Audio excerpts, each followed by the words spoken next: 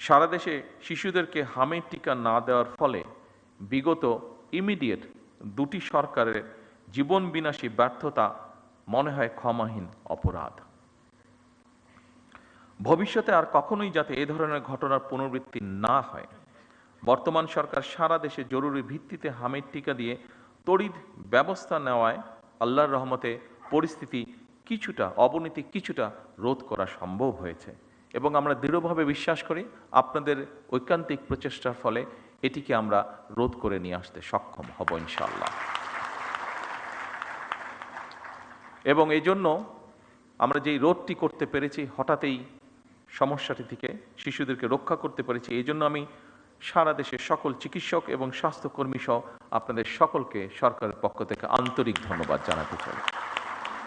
উপস্থিত উপজেলা স্বাস্থ্য ও পরিবার কল্যাণ কর্মকর্তাবৃন্দ, ভবিষ্যতের স্বার্থে যে কোনো মূল্যে আমাদেরকে মা ও শিশুর পূর্ণাঙ্গ স্বাস্থ্যসেবা নিশ্চিত করা অত্যন্ত জরুরি।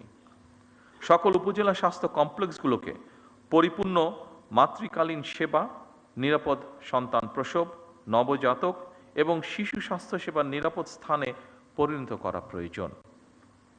সারা দেশে শিশুদেরকে হামের টিকা না দেওয়ার ফলে বিগত ইমিডিয়েট দুটি সরকারের জীবন বিনাশী ব্যর্থতা মনে হয় ক্ষমাহীন অপরাধ।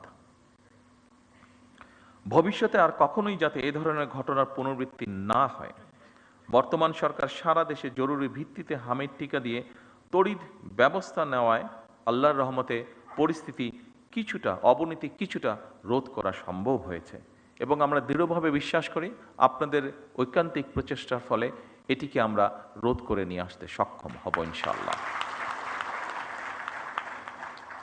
এবং এই জন্য আমরা যেই রোধটি করতে পেরেছি, হঠাৎই সমস্যাটি থেকে শিশুদেরকে রক্ষা করতে পেরেছি, এই জন্য আমি সারা দেশের সকল চিকিৎসক এবং স্বাস্থ্যকর্মী সহ আপনাদের সকলকে সরকারের পক্ষ থেকে আন্তরিক ধন্যবাদ জানাতে চাই।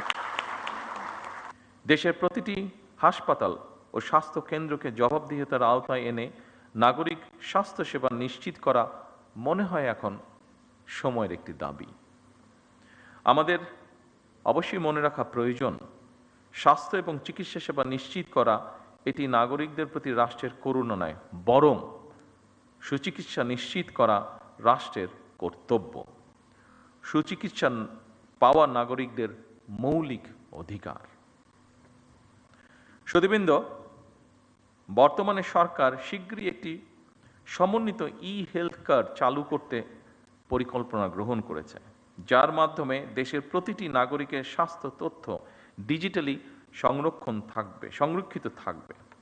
এতে যে কোনো নাগরিক প্রয়োজনে দেশের যে কোনো হাসপাতালে সহজেই চিকিৎসা সেবা গ্রহণ করতে পারবেন।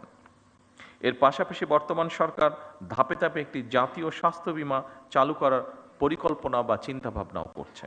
আমরা সবাই মিলে একটি স্বাস্থ্য ব্যবস্থা গড়তে চাই, যা হবে সবার জন্য সহজলভ্য, কার্যকর এবং মানবিক। আপনারা একটি জবাবদিহিমূলক, টেকসই এবং জনকেন্দ্রিক স্বাস্থ্যসেবা ব্যবস্থা গড়ে তুলতে সক্ষম হবেন আমি দৃঢ়ভাবে বিশ্বাস করি।